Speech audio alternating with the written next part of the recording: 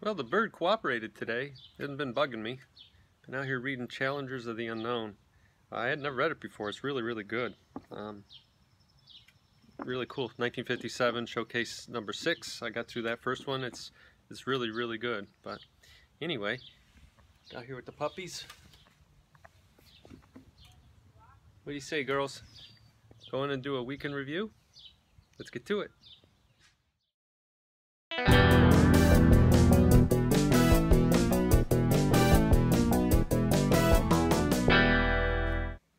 Hello, everybody. It's been a great week. Weather here's been a little chilly, Western New York, but overall it's not bad at all. It's summertime. It's quite great out. I've been out on my porch reading, trying to at least as much as that bird will let me. I've been very busy. I probably will be moving soon. I bought another house. Downsizing, as a lot of people do when their kids move out. So that's exciting. So the old comic room here, media room, is going to be altered, and I'll do a whole new series on that because I'll set up a new area at the new place too. So that was kind of exciting this week. That all went through. So I'll be packing. So that'll be fun this week and in the coming weeks. I made a major, for me, grail purchase just yesterday actually. It's en route. It'll be here Saturday, tomorrow. It's a book that I've wanted for a very, very long time, probably as long as I can remember. As soon as I started collecting, once I realized what this book was, I've always wanted it. It's extra special to me because I bought it from somebody that is on YouTube, and I watch his channel, and it's one of those things that all the pieces fell into place, and he's trying to build up a war chest to buy a really, really big book, and I'm glad that I kind of helped do that. So I got a book I wanted, and he got some funds to go towards that. So I think that's pretty cool in the end. I think it's really awesome. I'm also gearing up to go to North Carolina to Heroes Con. Some of the other YouTubers will be there as well. Anthony Reaper Tate, he's going. I'll see him there. I think Alan from Apta Comics will be there. Mike, my co-host of my CGC unboxings, and guy I keep locked in the basement to press my comics, he'll be there. And I'm sure there's going to be a ton of other people that are near that area. You know, ones that come to mind. I think like Howler Mouse is probably going to be there. He's down in that area. Charlton 66, I think he might go. I don't know. If not, you know, I'm inviting you to go and meet me. But anyone that's there, if you see me, if you recognize me, please come up and say hi. I think it's a great opportunity for all of us to meet. I'm going to capture as much video as I can, maybe even do some live streams right from the show floor. I thought would be kind of fun. But I'm just really looking forward to it. I think it's going to be a really good time, and I've been working a lot, and you know, getting this house thing going, and it's going to be a great stress relief for me. And you know, seeing Anthony will be fun, and hanging out with Mike and everybody's a lot of fun. So if you're there, come on up and say hi. A lot of you, I only recognize your hands because that's all I see of you. So you'll probably recognize me, and I may not recognize you, but just come on in and say hey. I did pick some stuff up this last week. It was from one of my favorite kind of sellers to get, and E.T.A. Nick says this a lot, and you know, I concur with what he says. If you can find a seller that is not so many eyes are on it, it's usually a pretty good person to buy from because the prices don't get driven up. And a lot of times you can luck out. You gotta look at the pictures. Don't just go by the description.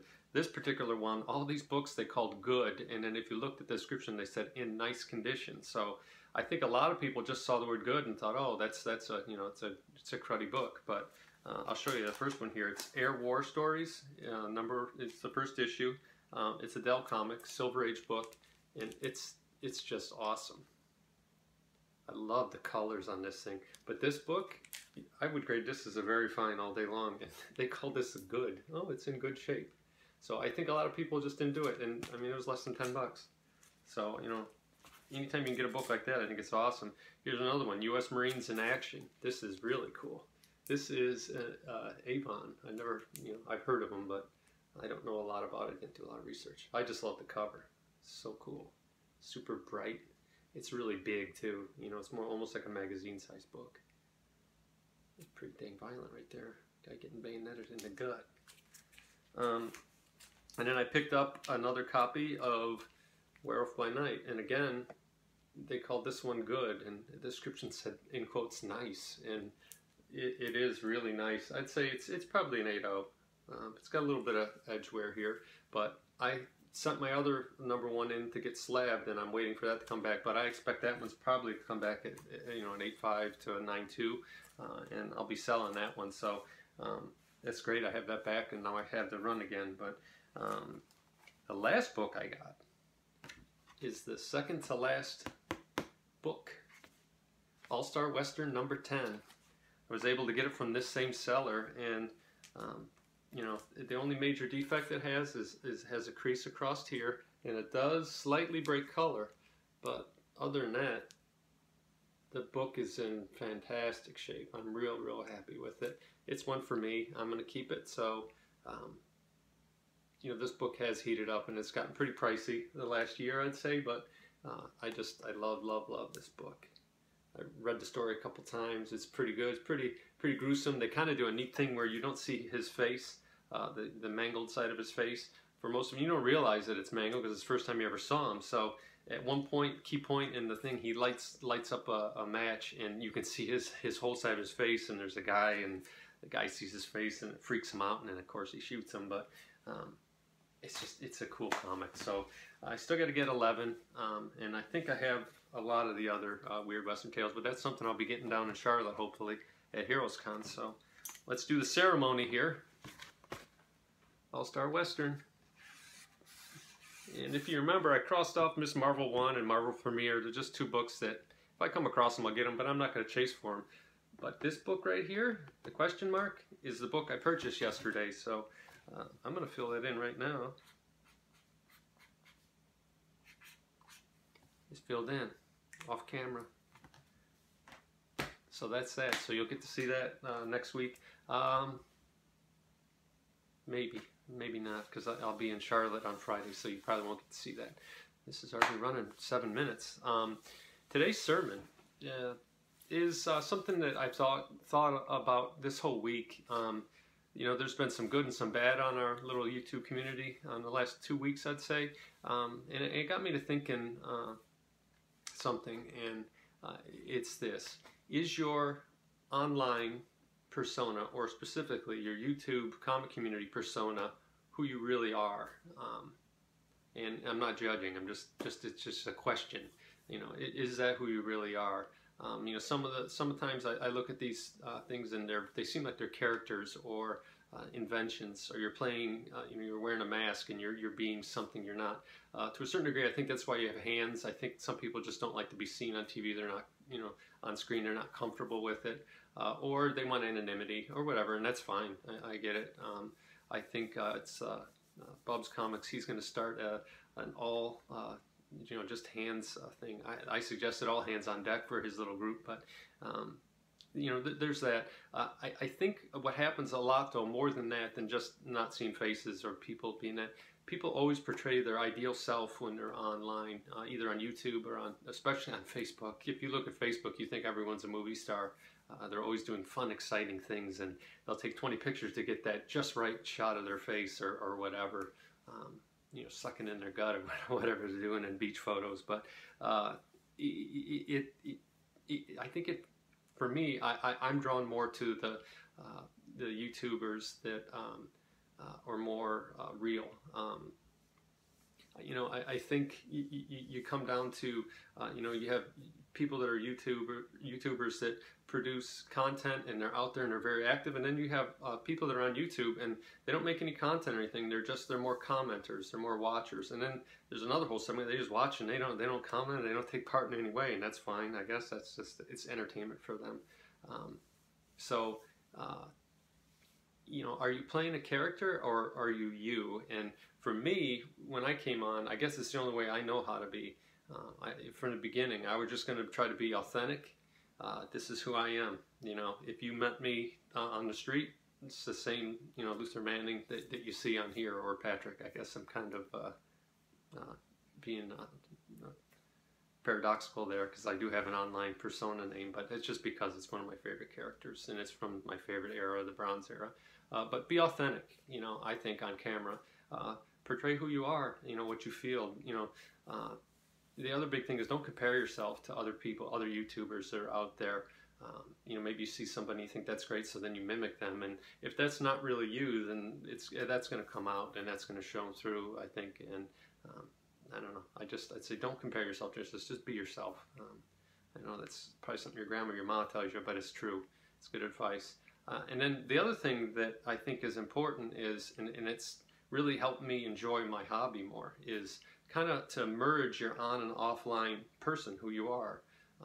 You know, I've done that with people I've met on YouTube now. You know, I got to meet Anthony in person. It was great. And, you know, we've become friends now. And, you know, I think sometimes people think, oh, I have online friends and then I have real friends. And I don't differentiate from that. To me, you know, a friend is a friend, even if you've never met before.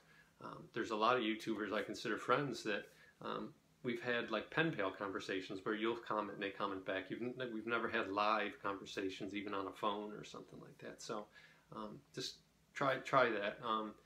You know, definitely just be yourself on here. Be authentic, and I think it just becomes easier. And I think you'll get people that'll enjoy your channel more, and it'll become more engaging. So that's the sermon today. Just ask yourself: Is who I am on YouTube who I really am? And I guess whatever you answer, that'll dictate what you do. But for homework, it's kind of a fun thing. It's something I do every now and again just for fun. There's a website called socialblade.com. You can go in, and in the upper right, there'll be a search field. You can type in any YouTube channel that you watch or you want to know about and hit enter. It gives them a little grade. I'm a C. Apparently, I got a C. It tells you how many followers and all that. And then the interesting thing is in the bottom right, it'll give you estimated what they make monthly and annually. And I don't make anything because my channel's not monetized. But you can look at some of these really big channels and you see they're not making anything.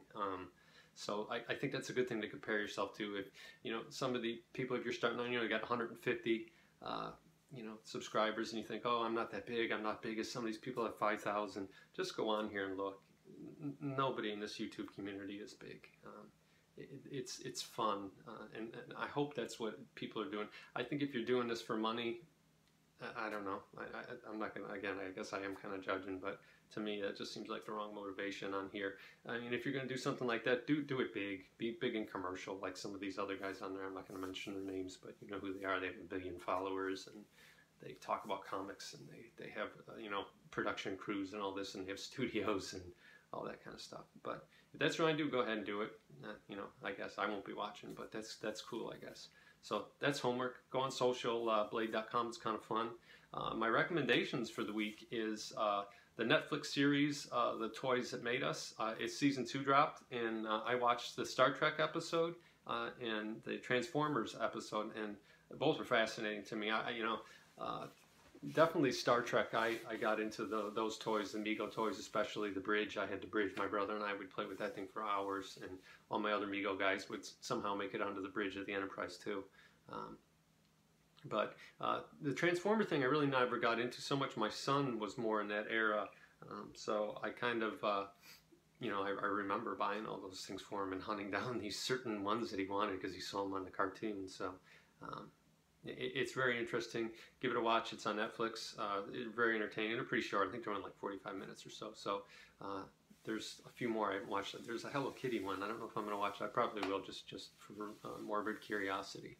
But my pick of the week is Bueller's Comics, the spinner rack that he just put up yesterday. I'll put a link to it below. It's fantastic.